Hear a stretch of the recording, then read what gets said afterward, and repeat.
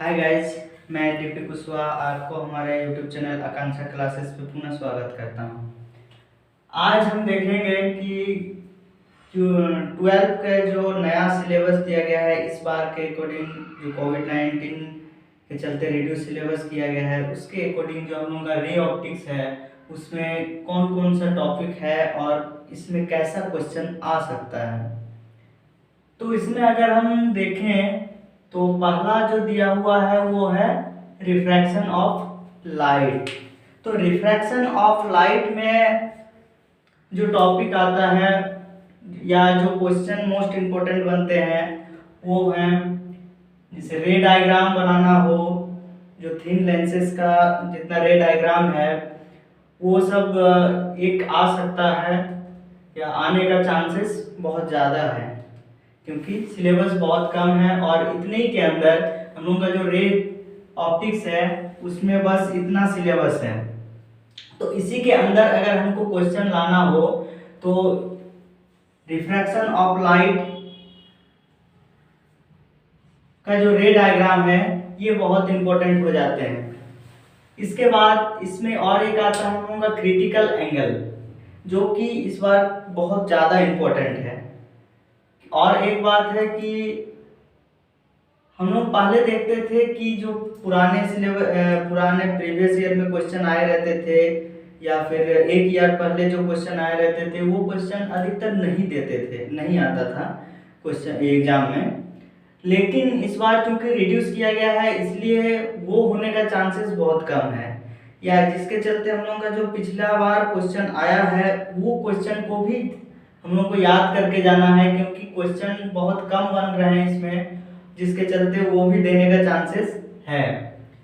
तो इसमें critical angle को भी हम लोग को देखना है। उसके बाद मिरेज इफेक्ट भी हम लोग को देखना है, जो कि इस बार बहुत ज़्यादा इम्पोर्टेंट हो जाते हैं। Refraction of spherical surface. तो स्फेरिकल सरफेस में स्फेरिकल सरफेस का जो फार्मूला बनता है रिफ्रैक्शन के लिए वो एक आ सकता है। उसके बाद है lens maker formula. Lens maker formula हम लोग का रिफ्रैक्शन ऑफ सरफेस से लेंस मेकर फार्मूला में निकालना है, जिससे कि लेंस का हम लोग का फोकस लेंथ पता होता है, तो इसका डेरिवेशन आ सकता है लेंस मेकर फार्मूला का। फिर है कॉम्बिनेशन ऑफ थिन लेंसेज। इससे ज़्यादा तो कुछ नहीं, लेकिन combination of thin lenses in contact का फार्मूला ड्राइव करने आ सकता है। इसका न्यूमेरिकल दे या ना दे, उसका नहीं भी दे सकता है न्यूमेरिकल, और देगा भी तो ज़्यादा कुछ है नहीं, बस कांटेक्ट का उसका फोकल लेंथ निकालना है। जो कांटेक्ट होने के बाद जो फोकल लेंथ हम लोग का रिड्यूस बनेगा, न्यू फोकल लेंथ बनेगा, या जैसा आभास होगा हम लोग को, रियलाइज जैसा होगा वो हम लोगों को बनाना है। तो ज़्यादा इसमें कुछ ढेर ज़्यादा कॉम्प्लिकेटेड क्वेश्चन नहीं आते हैं।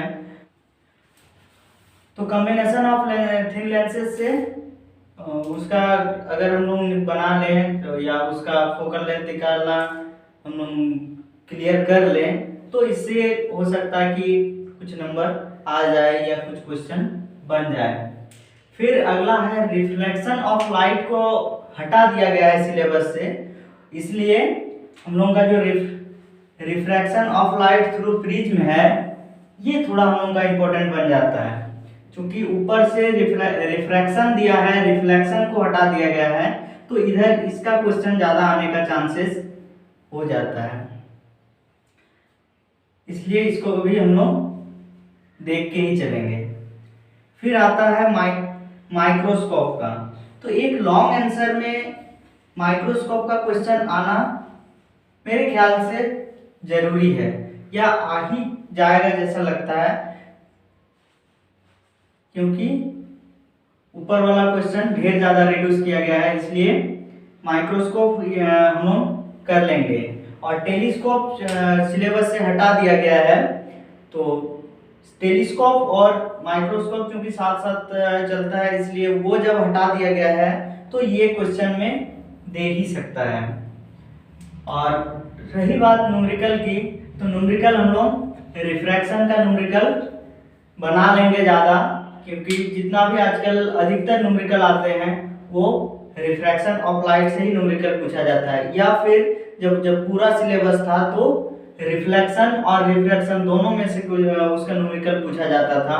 लेकिन अब चूंकि रिफ्लेक्शन हटा दिया गया है तो रिफ्रैक्शन का ही न्यूमेरिकल हम लोग ज़्यादा देखेंगे। और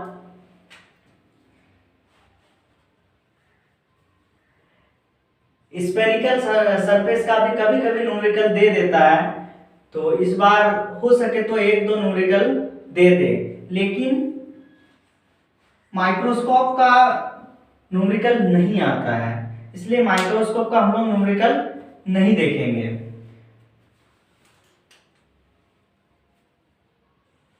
ठीक है, अगर अगला वीडियो में हम लोग देखेंगे कि इसके अंदर क्या क्या पार्ट्स है, या फिर उस सब का हम लोग डेफिनेशन देखेंगे, या और बनाने का तरीका एग्जाम में हम लोग कैसे लिख के आएंगे, ये सब चीज हम लोग अगला वीडियो में देखेंगे।